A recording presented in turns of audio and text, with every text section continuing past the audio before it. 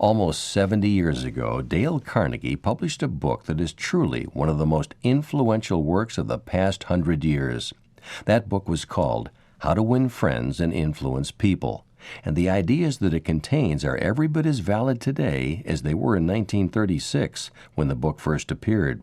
Before the publication of Dale Carnegie's book, the whole idea of people skills didn't really exist.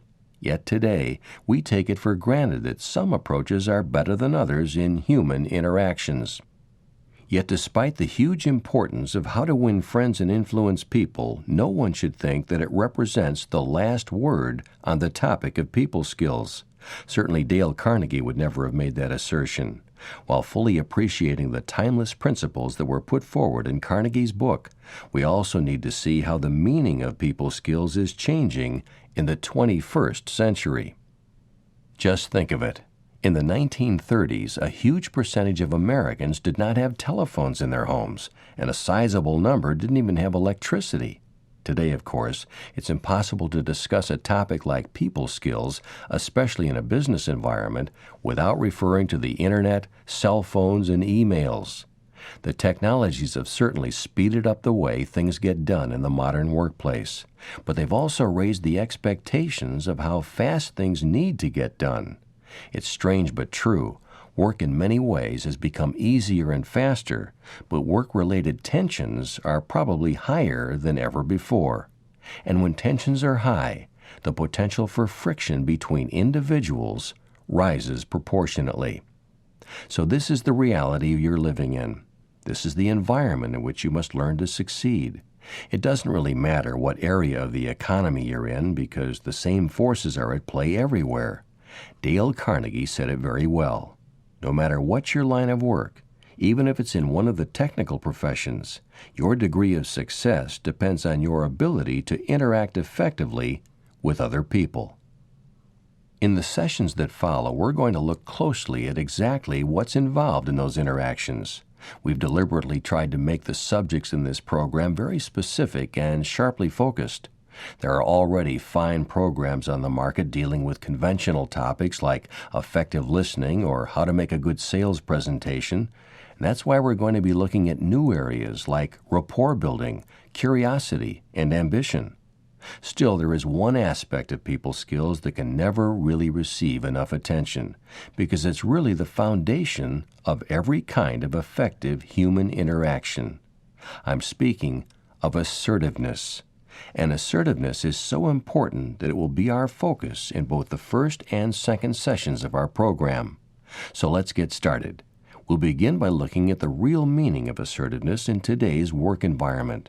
And in doing so, we'll see how assertiveness differs from other less effective forms of communication. We're fortunate to live in a country where you have the right to be treated fairly. What's more, when you feel you're not being treated fairly, you also have the right to insist on being treated fairly. Exercising this right means clearly, tactfully, and effectively expressing your preferences, needs, opinions, and feelings. But this is more than just a right. You even have a responsibility to do these things. Because if you don't, you're not only depriving yourself of what you deserve, you're also depriving the people around you of the real contributions you have to make. Putting these rights and responsibilities into action is what assertiveness really means. Assertiveness is the middle ground between the two extremes of aggressiveness and passivity. An aggressive person is self-centered, inconsiderate, hostile, and arrogantly demanding. A passive person is weak, compliant, and disrespectful of his or her own best interests. Between these two poles, there are people who know how to make their ideas known without preventing others from doing likewise. People who can do that are assertive people, and the purpose of this program is to show you how to become one of them. Believe me, when you achieve that, you'll be doing what's best for yourself and for everyone around you. While it's easy to characterize people who are blatantly aggressive or extremely passive, it's not always easy to express exactly what constitutes assertive behavior. Like many other important human qualities, assertiveness is easier to recognize than it is to define. So let's begin by looking at some real-life situations in which the quality of assertiveness can come into play.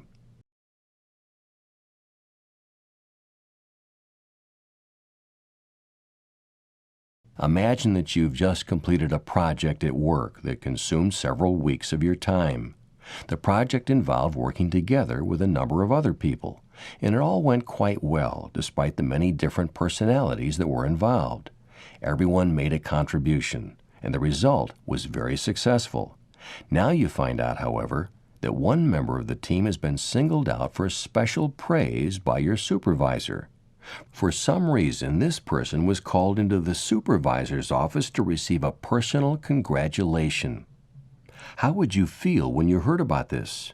More importantly, how would you respond? Or would you respond at all?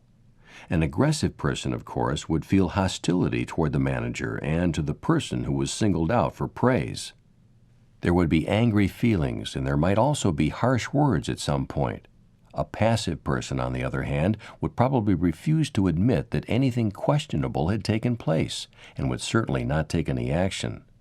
The assertive response is somewhere between those two extremes. To see what this involves, we have to begin with a principle that will influence all of our discussions throughout this program. Our focus here will be primarily on assertiveness and people skills in a business setting. So we must consistently have a professional viewpoint as opposed to a personal one. In the situation we've just described, an assertive response involves knowing how you really feel and then finding a way to express those feelings in the context of a business environment. Suppose, for example, you make an appointment with the manager in question to air your feelings. Even if you're personally hurt by the fact that someone else seems to be getting too much credit for the work your whole group performed, it would be a mistake to bring those personal feelings into the discussion. This is a business setting, so keep the focus on business. No matter what you may think, it's going to sound like you're whining if you talk about your personal feelings. If you say something like, "I did just as much work as George and now he's getting all the credit," you'll sound very unprofessional. A more assertive approach would sound something like this. "I understand that you're pleased with George's work on the project, and I'm really glad to hear that because he made some important contributions. But there's one thing that concerns me. This was a group effort, and all of us devoted a significant amount of time to the project, including me. When the time comes for my performance review, I want to be sure that I get the same recognition that George does. This is really important to me. It would be gratifying, of course, if each of us could also receive a personal thank you, but my main concern is how this will affect my professional standing and my future in the organization." By focusing on the business-related aspects of this situation, as opposed to the emotional elements, a very useful effect is created, and it's one that we'll refer to a number of times in the program. You see, both the overly passive response and the overly aggressive one are essentially childlike behaviors. In any business setting, the person who seems most grown up always comes out best. If you pout and whine, or if you throw a tantrum, you'll be on the losing end of the encounter. Assertiveness is the adult response between the two poles of childish acting out. For example, assertiveness is an antidote to fear, shyness, passivity, and even anger. Assertiveness means speaking up, making reasonable requests, and generally insisting that your rights be respected as a significant, equal human being. And all of those are adult behaviors. Assertiveness is also the ability to express negative emotions without personalizing the problem. An assertive person knows how to question, to disagree, and even to refuse without seeming childish. Assertiveness is being able to question authority from a positive perspective. It's the power to ask why, not just to rebel, but in order to assume responsibility for making things better. For the balance of this session, we'll look at 3 specific steps you can follow to implement assertiveness in virtually any setting, but especially in the business environment that is our primary focus here. These 3 steps will be the foundation of all the assertive strategies we'll be discussing in these sessions, so please take them to heart. We'll get started in just a moment.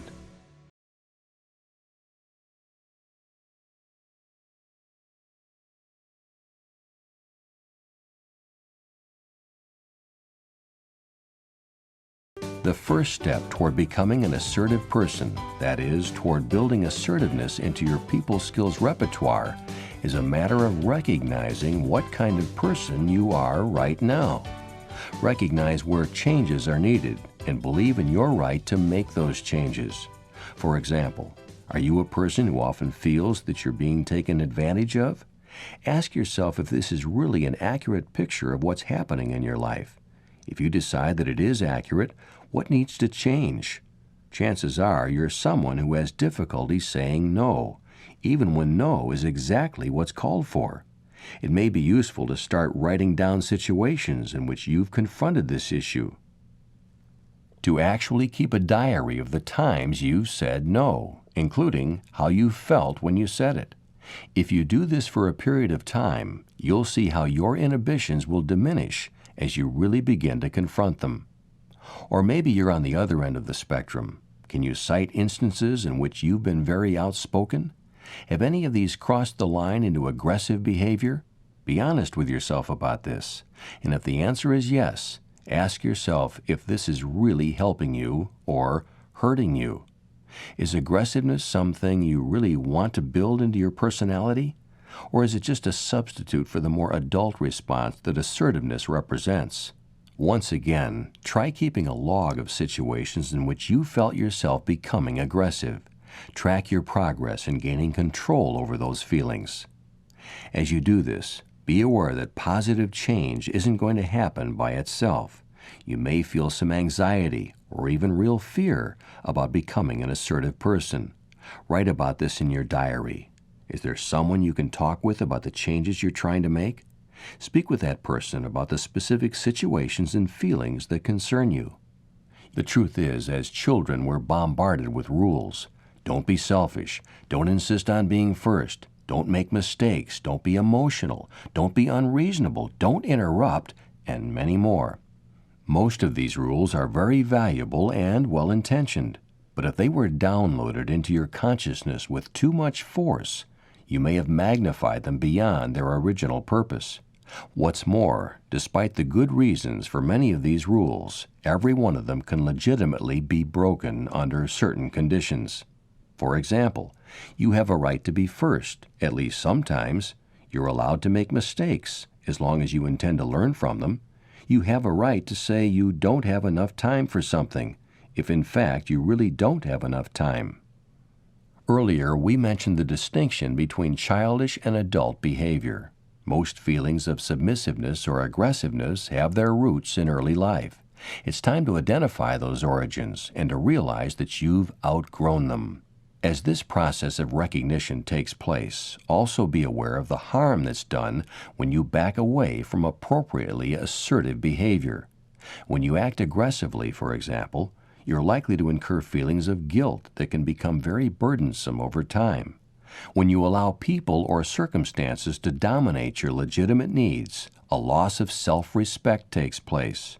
At first, you may think that not trying to assert yourself is a choice, but eventually it can translate into a belief that you really don't have any power.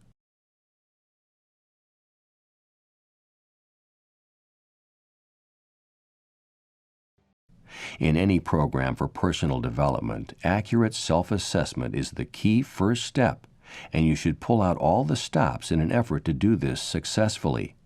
But it's not always easy to look in the mirror and really know what you're seeing, and it's certainly not easy for other people to tell you.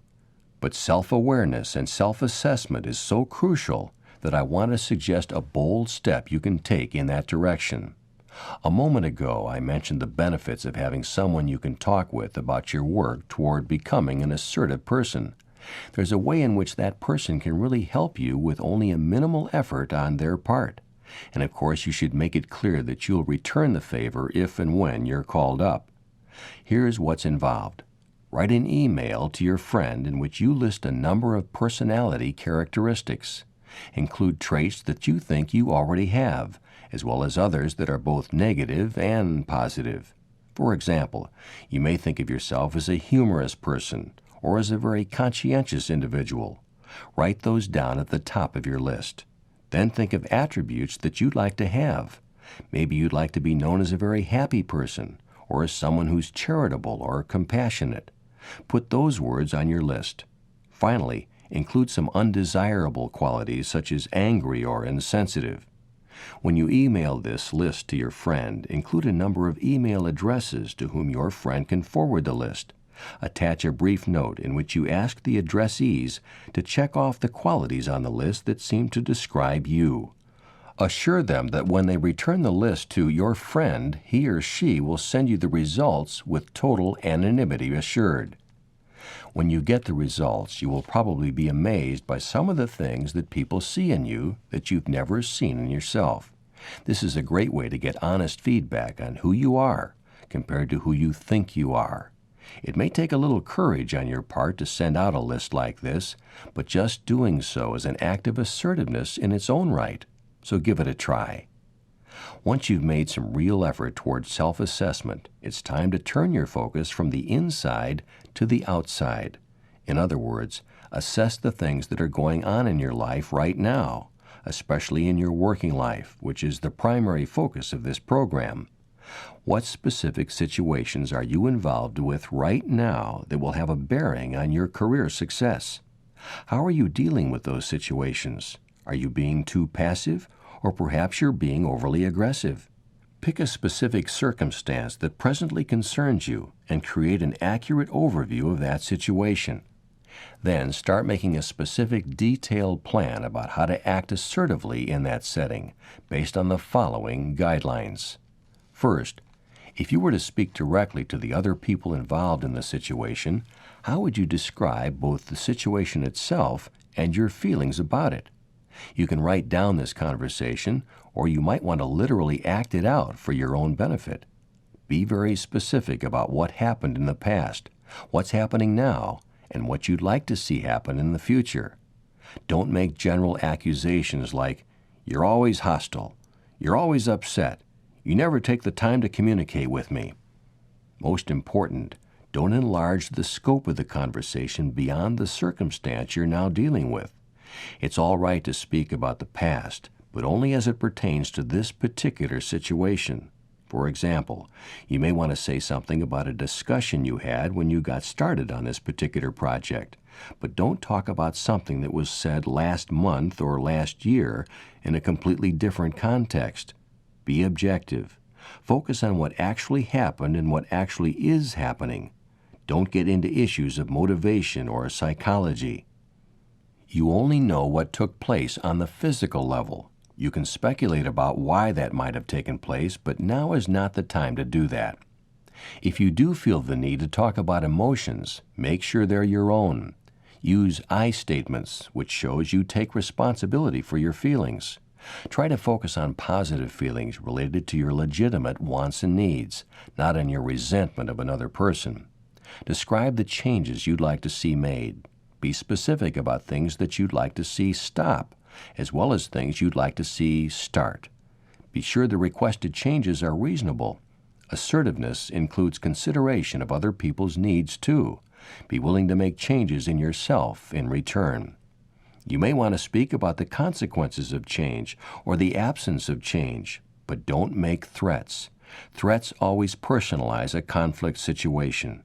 They challenge people on a deeper level than a professional situation encompasses, and that can cause someone to feel cornered and defiant. As you create these imaginary dialogues, start your sentences with words like these. I want to. I don't want you to. Would you? I appreciate it when you. I agree with some of what you're saying, but here's what I would like to see changed.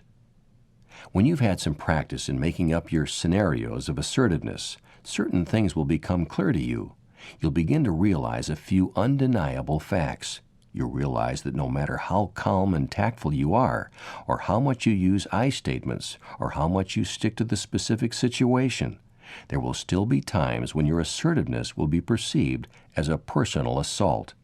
This perception may have no basis in reality, But if the other individual happens to be an aggressive person, you may find yourself receiving just the kind of attack you're being accused of perpetrating. In order to be a really assertive person, you have to be prepared for this and know how to respond. Most of the time, simply explaining your position and standing your ground will handle the situation. But it may also be a strong temptation to either counterattack or to retreat. Try to resist both the temptations. When the other person raises the stakes of the dialogue by becoming emotional, don't let that influence your behavior. What's really happening is this: by becoming angry, the other party is implying that his or her feelings are more important than yours, simply because he or she is speaking loudly or being sarcastic or even bursting into tears. Don't let that behavior diminish your own importance or elevate that of the other person. Don't respond with aggressiveness of your own. And by the same token, don't simply back off. Instead, maintain an attitude that says, "We both count equally." This may not be easy if the other person starts to get emotional, and maintaining this attitude takes practice. Once again, there's a role for a close friend or a colleague here. Ask someone to role-play the conversation with you so that you can learn how to keep your poise. This doesn't mean you should be dishonest just in order to hold your ground. If some of the criticism that you're getting is justified, acknowledge the criticism is true. Don't make excuses. Even if you don't agree with most of the criticism, you can single out some part that you do agree with in order to lower the temperature of the discussion. Use phrases like, "You could be right about that," or "I understand how you feel." Under other circumstances, this may seem like you're backing down, but there are also times when some conciliation can be a good tactic. Remember, so far we've only been talking about how you can practice and prepare for encounters in the real world. We've suggested that you keep a diary of aggressive and passive behavior on your part. We've talked about some self-assessment techniques, and we've suggested some role-playing exercises you can do with a friend. Now you're ready to road test what you've been practicing. In just a moment, we'll look at exactly how to go about that.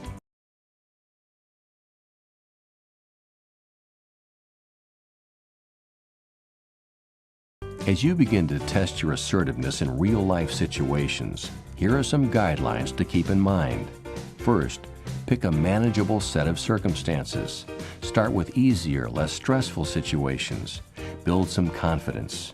As you become more comfortable, you can make adjustments in your approach. If there isn't a situation in your life right now that seems to demand assertiveness, see if you can devise one. It's just a matter of stepping slightly outside your comfort zone. If you're in a meeting, ask a question or tactfully challenge someone to explain a point. Write a note or an email to a senior manager about something that concerns you. Offer a compliment or a criticism in a situation where you would normally have kept quiet. Don't do anything of a high-risk nature. It's just a matter of consciously trying to become slightly more assertive. Pay attention to how this makes you feel. As always, writing can help to clarify your thoughts, so try putting some of this down in your assertiveness diary. As your confidence grows, you'll be ready to take on more challenging situations. Over a period of a week or two, make a list of settings in which you'd like to assert yourself more strongly.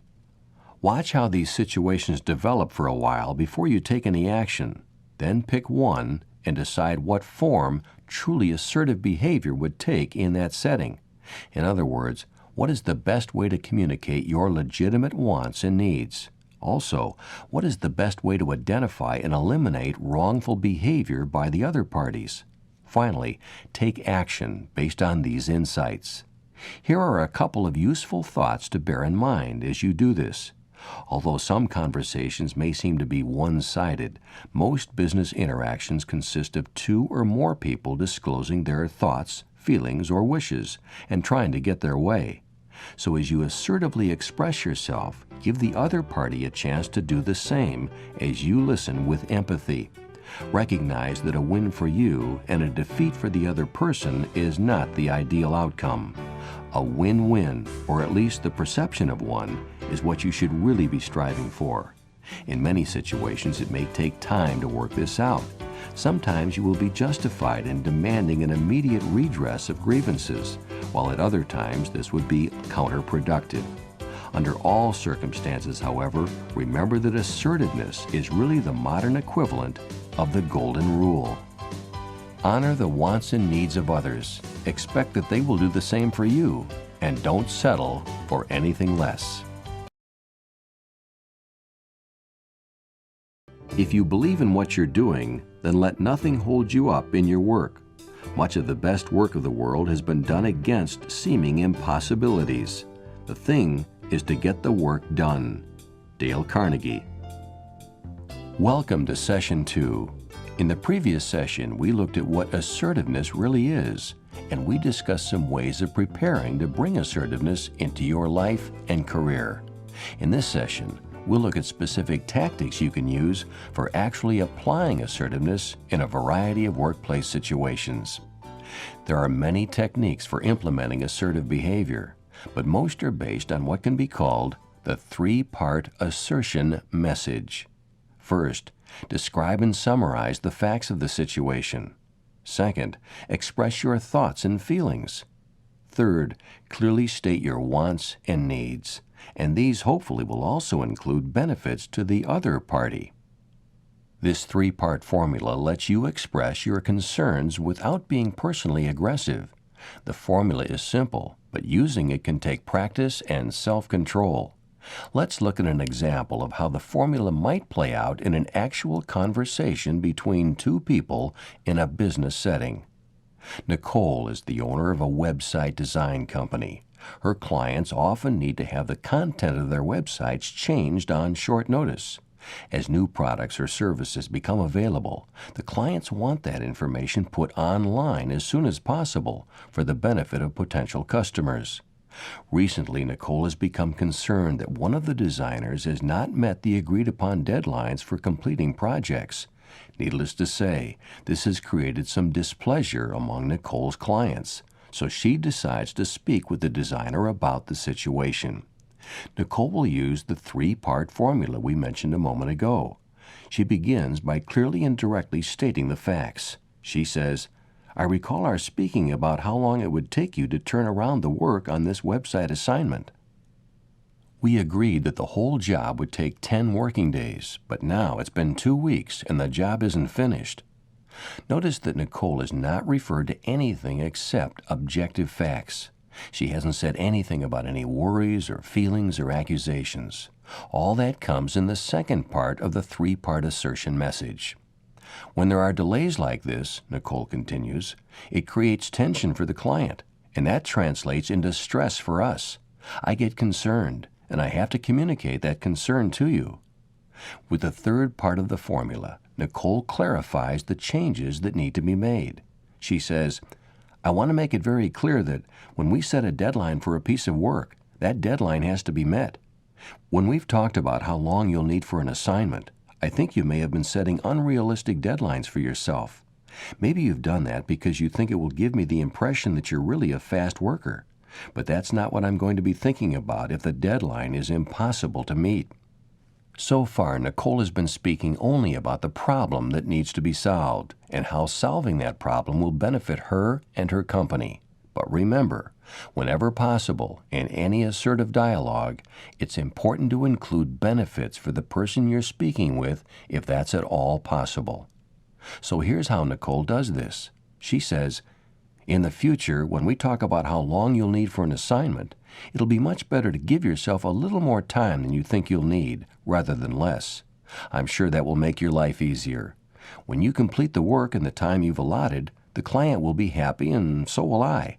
And if you should happen to get the work done in less time than you've asked for, then everybody will be pleasantly surprised." As you listen to what Nicole says, you can see the differences between assertiveness and aggression. Even when Nicole talks about her feelings, the only feelings she mentions are work-related. She doesn't say, "You're deliberately trying to annoy me," or "I'm really angry about this." If she had said anything like that, it would have opened the door for the employee to start verbalizing his or her own emotional responses, or at least to start thinking about them. This could quickly have taken the whole conversation way off course.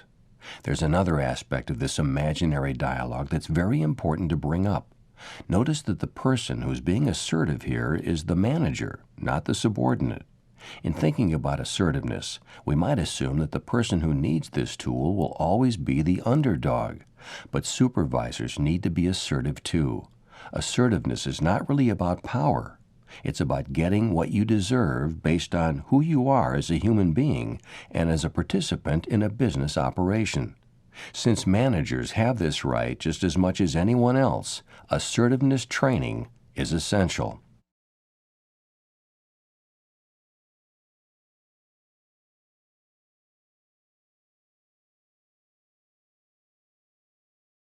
The three-part assertion message we've just discussed is an excellent basic tactic for business communication, but it would be simplistic to say that this is all you need to know about assertiveness tactics. With the three-part formula as a foundation, let's look in more detail at assertiveness tactics. What happens, for example, if you encounter some resistance on the part of the person you're speaking with? In the dialogue we just presented, what should Nicole have done if her employee disagreed with her, or even aggressively disagreed with her? The truth is, some people just don't like to take feedback. They see things a certain way, and they aren't in a hurry to make changes in that. If anybody's going to make changes, they want it to be you. But an assertive person knows how to deal with that. If you're dealing with an inflexible individual, a good tactic is a little inflexibility on your own part.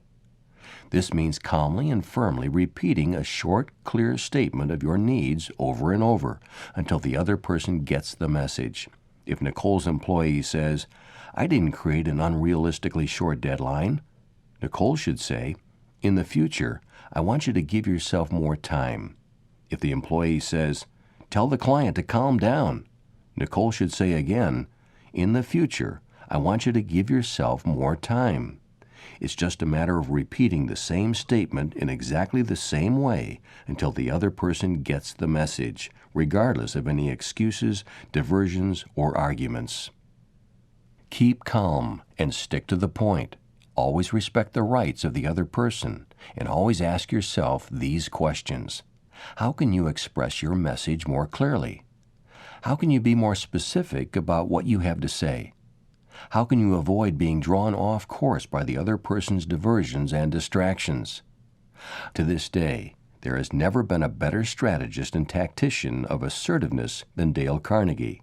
He may not have used that exact word, but he had a deep understanding of assertiveness and how to put it into action.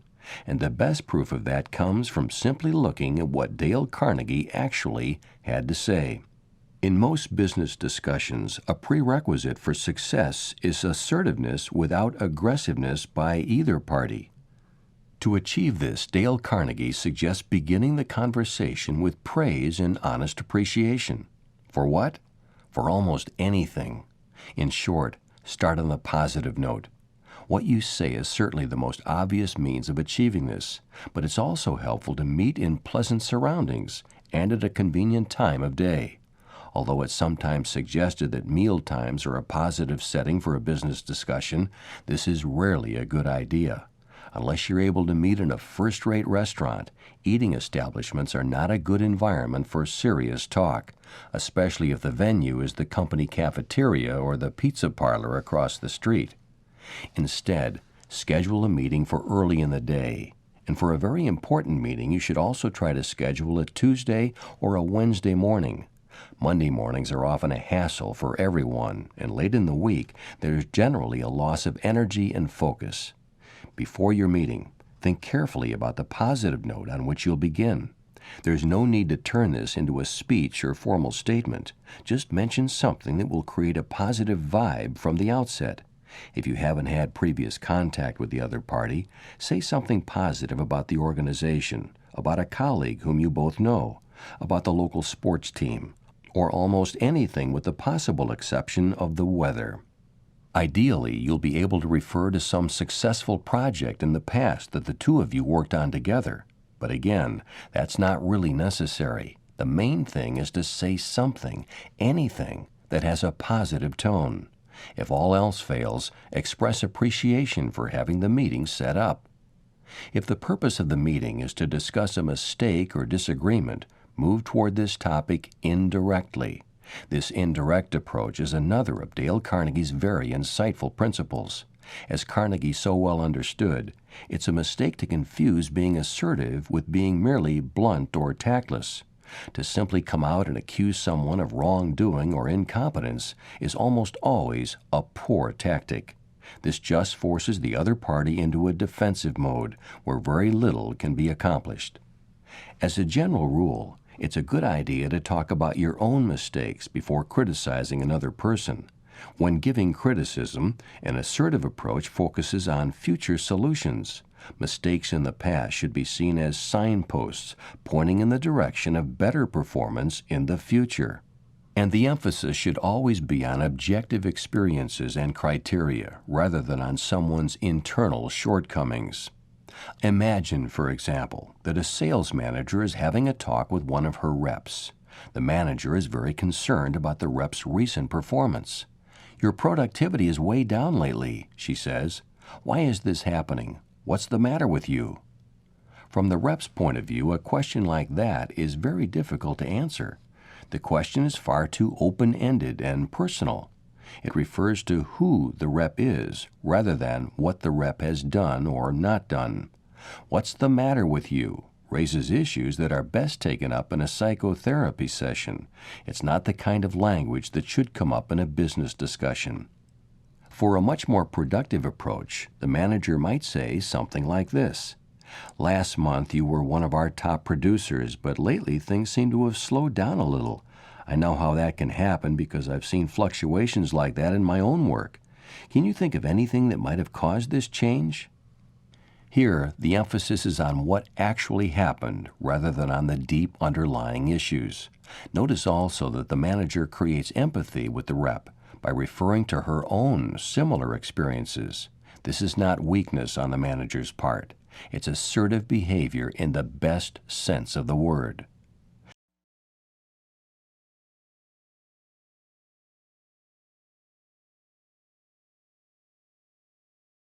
As another tactic of assertiveness, Dale Carnegie stressed the benefits of asking questions rather than giving direct orders. If a manager says to a rep, "I want to see a list of all the calls you make before noon every day," the rep's defenses are going to go up. And this is very understandable. Whenever an adult is spoken to like a child, there is going to be resistance. A more genuinely assertive tactic by the manager would sound something like this: "In my own work, I've noticed that good time management is really tied in with productivity. When I keep track of how I'm using my time, I tend to get much better results. Have you ever tried keeping a log of how you use your time? Why don't you try that for a couple of days? If you want, we can look over it together and see what it tells us." This is real assertiveness in action. There's an implied reprimand, but it's surrounded by empathy and encouragement. While an aggressive approach makes the problem seem deep and mysterious, assertive dialogue puts it on the surface where it seems easy to correct. Instead of feeling threatened, people will feel happy about doing the things you suggest. It's hard to do anything but agree when suggestions are put this way, but the process isn't over. Whenever constructive direction has been given, be sure to follow it up with praise for any improvement, no matter how slight. In this way, a person who might otherwise feel diminished by criticism acquires a fine reputation to live up to. All these points were made very clear by Dale Carnegie in his pioneering work on interpersonal behavior and relationships. And Carnegie had one more insight that's often overlooked by people who confuse assertive tactics with aggressive behavior. Whenever you have to focus on a negative situation or deliver criticism of any kind, what happens at the close of the conversation is extremely important. Don't ever allow the discussion to end on a negative note. Don't let the other person walk away feeling put upon or victimized. Surprisingly, this is especially true when your criticism was very well justified, because that's when someone can feel really guilty and downhearted. Always give people the opportunity to save face. Always allow them an honorable retreat. This opens up the opportunity for a fresh start during your next interaction. The alternative is a lingering sense of negativity, and an assertive conversation, above all, should be a positive experience for everyone. During these first two sessions, we've defined assertiveness and distinguished it from aggression and passivity. We've spoken about how to develop assertiveness from a strategic point of view, through understanding the issues involved and through exercises you can do before taking assertive action in the everyday world. In this second session, we've been looking at tactical applications of assertiveness in contemporary business situations, and we've seen how Dale Carnegie anticipated those situations even in his earliest work. Before moving on to the sharply focused topics on assertiveness that will comprise our following sessions, let's look at some of the reactions you may get when you make assertiveness the basis of your business communications. Knowing how to recognize and deal with these reactions is extremely important. Unless you handle them correctly, you may indeed have behaved assertively while you were in the presence of the other party, but you won't get the action you desire after the conversation is completed. By far, the most common negative response to assertiveness is simple aggression by the other person. In some situations, there may be raised voices, red faces, fists pounded on the table, along with all kinds of threats and intimidation. The challenge here is to avoid being drawn into those kinds of behaviors. Assert your right to remain apart from them. If you've done your strategic work before the conversation took place, you can be sure you're in the right, so there's no need to apologize or back down. You can certainly express regret that the other person is upset, but having said that, you should then reaffirm your position. One of the most dangerous things about anger is the fact that it's so highly contagious. You need to create immunity from other people's anger by awareness of just how catching it can be. And remember, even if people don't get angry in your presence during an assertive conversation, it's a mistake to let them leave before any harsh feelings are resolved. Otherwise, you may find them expressing their anger about you to other people in the workplace instead of to your face, and that can be even more difficult to deal with. Through the grapevine, you may hear that there has been complaining and grumbling around the water cooler. At least initially, the best tactic is to ignore this fallout.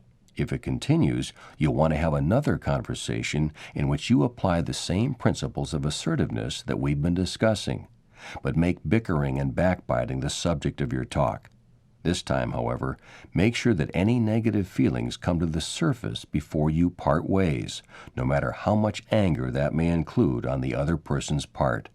As we've discussed, the challenge for you is to avoid being drawn into it.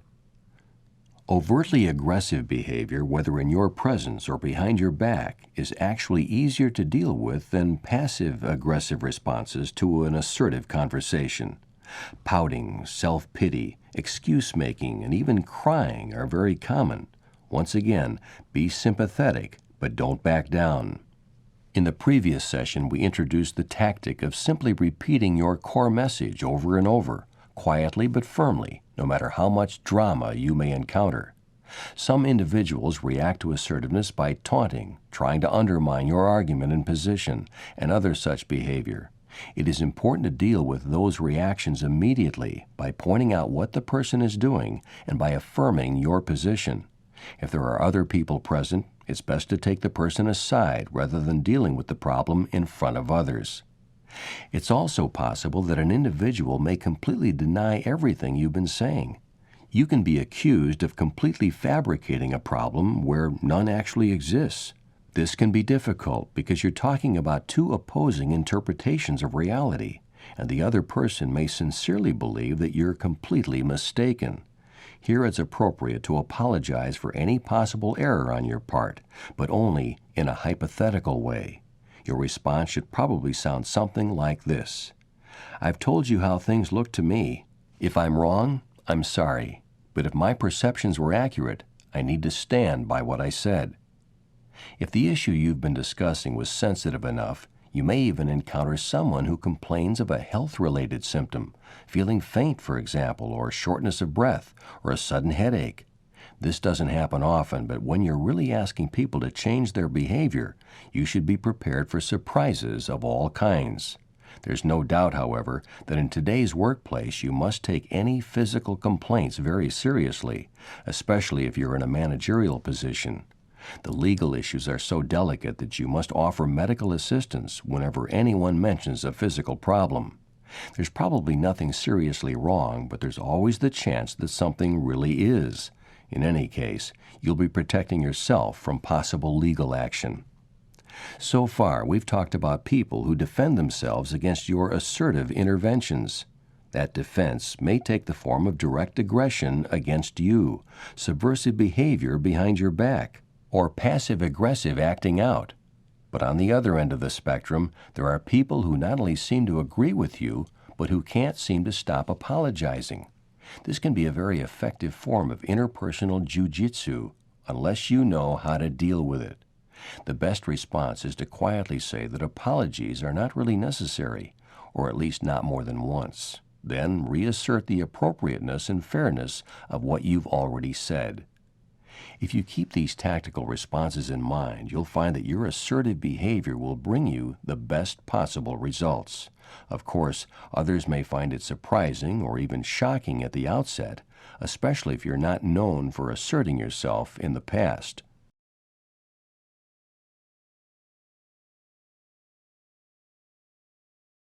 There are several reasons why assertive behavior is so hard for some people to accept. Although the situation is beginning to change, in the past, our educational institutions have tended to encourage non-assertive behavior.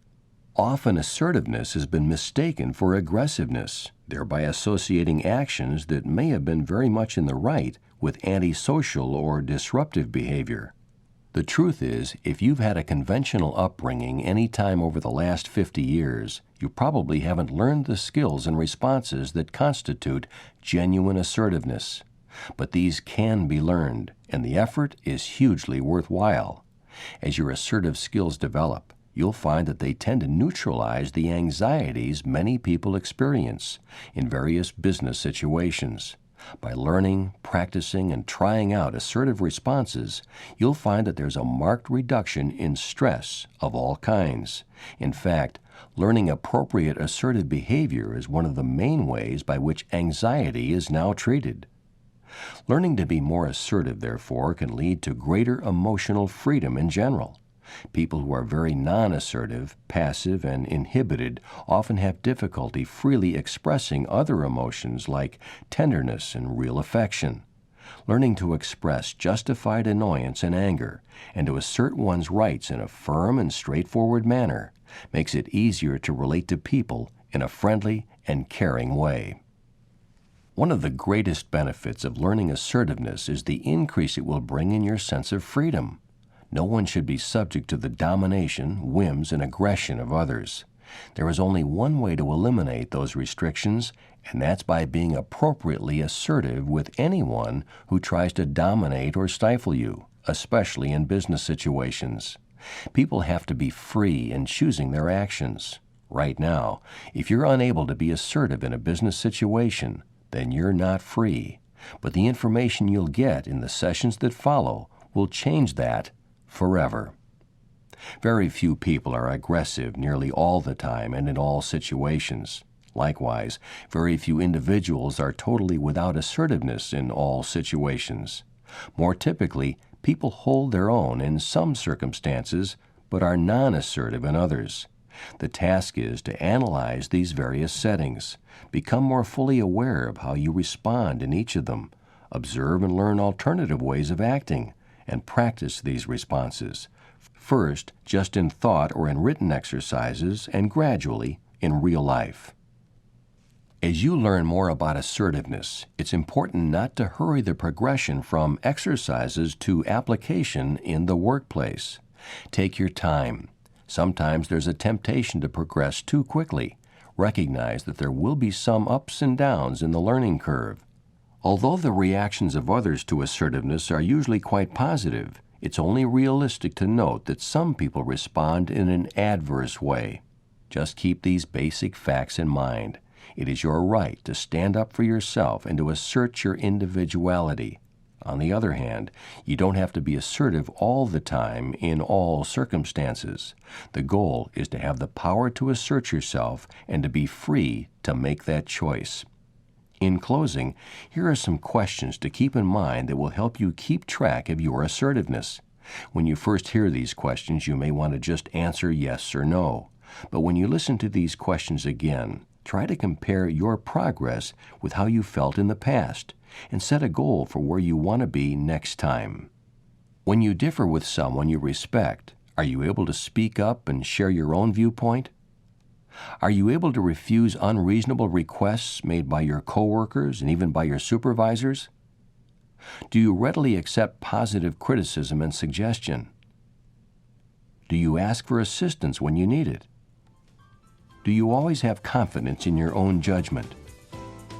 If someone else has a better solution to a problem than what you had thought of, do you accept it easily, gracefully? Do you express your thoughts, feelings, and beliefs in a direct and honest way?